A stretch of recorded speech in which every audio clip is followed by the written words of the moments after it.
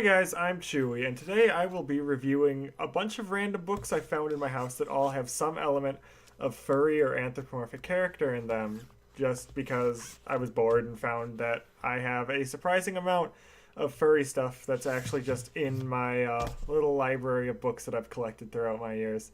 So let's get started. Let's see, we'll start with this one. This is Two Kinds, a book written by Thomas Fishbach. If you don't know him, he is Markiplier's brother, but he makes an amazing weekly podcast series about furries, technically not furries, humans, magic, and a lot of fun. And really, a lot of the cast is adorable, and I would give them a 7, 8 out of 10 rating. Very cute, but not enough fluff.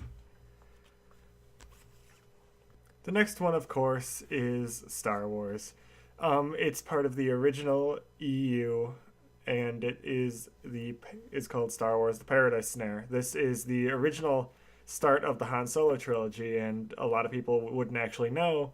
Before Chewbacca, he actually had another animal companion, and it was a 7-foot tall, giant, angry, bobcat character, and it was the coolest thing ever. And even before I knew what furries were, I was like, that's the coolest thing ever. So this character gets a 10 out of 10 in my books, because even before I was a furry, I knew he was awesome.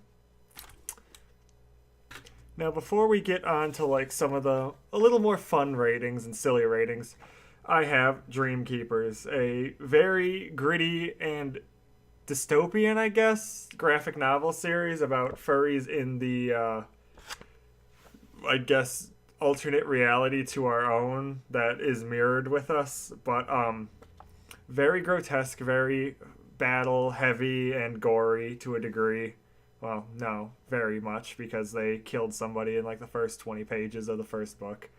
And I'd say it's honestly one of the best reads I've ever found. They do sales for their books at a couple major conventions in the Midwest, so I definitely recommend checking out Dreamkeepers. They would definitely get a 10 out of 10 for being one of the first furry graphic novels I read, and to get me really into action-packed graphic novels. I never really looked at graphic novels until this, and then I kind of started getting into them. So yeah, definitely a 10 out of 10 in my books. Now, before we get started on any of the other big ones, I want to give an honorable mention to the Draw More Furries series, since they're in the background of everything due to the fact that my fiance has all 3 of them. So I guess they get a 10 out of 10 for having the most furries out of any of the books I'm about to say, or, well, anthropomorphic characters for that sense. So yay, good for you. You win. Now, getting into the more funnier ones and stuff that I've had around, we're going to look at Garfield, the cat who hates Mondays, overeats, probably should be dead by diabetic intake alone, or cholesterol even. Either of those two would probably kill it by now. But here it is, still going strong, having a horribly bad cartoon made 5 years ago that we all drunkenly watched at Aquatifer, but that's a whole nother story. He definitely gets a 7 out of 10, because he is very relatable, but at the same time, boy, is he not a healthy member of society. The next one is from Monsters of Wisconsin, featuring the Beast of Bray Road on the cover.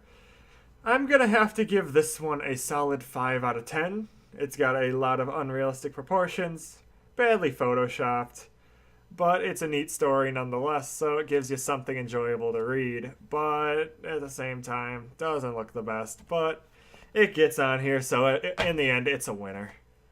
And last, but certainly not least, Snoopy.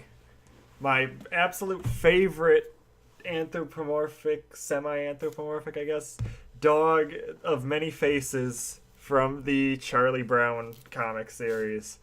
Now, there's a big reason why I do enjoy him, probably the most out of all of them, is I have a comic book of every single panel that involves Snoopy and his endeavors. So, from him doing everything with Woodstock to all his fighter pilot joke ones, I have everything on that, and I've read this a good 5 or 6 times to its entirety, and then every so often just look through it. So Snoopy definitely has a fond memory in my heart, and he will always remain a good 10 out of 10.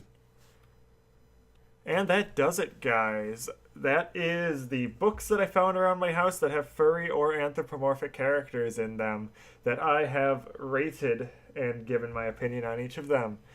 Do you have any that you've read or seen in books that you like and want to talk about? Go ahead and put them down in the comments below. I'd love to read them and see what other anthro or furry creatures are out there, just because there's a lot of books with them. I just really haven't scratched the surface of them. Something I definitely got to do. Be sure to like, favorite, subscribe. In the link down below, we'll have my Discord, which is more for the podcast than anything, but you can talk with me, Wolfletech, maybe Addie if we can actually drag her in there. And other than that, I will probably see you guys at First Squared, and I'll probably be getting a couple more videos out from other events that we're doing this month. So see you guys later, and bye!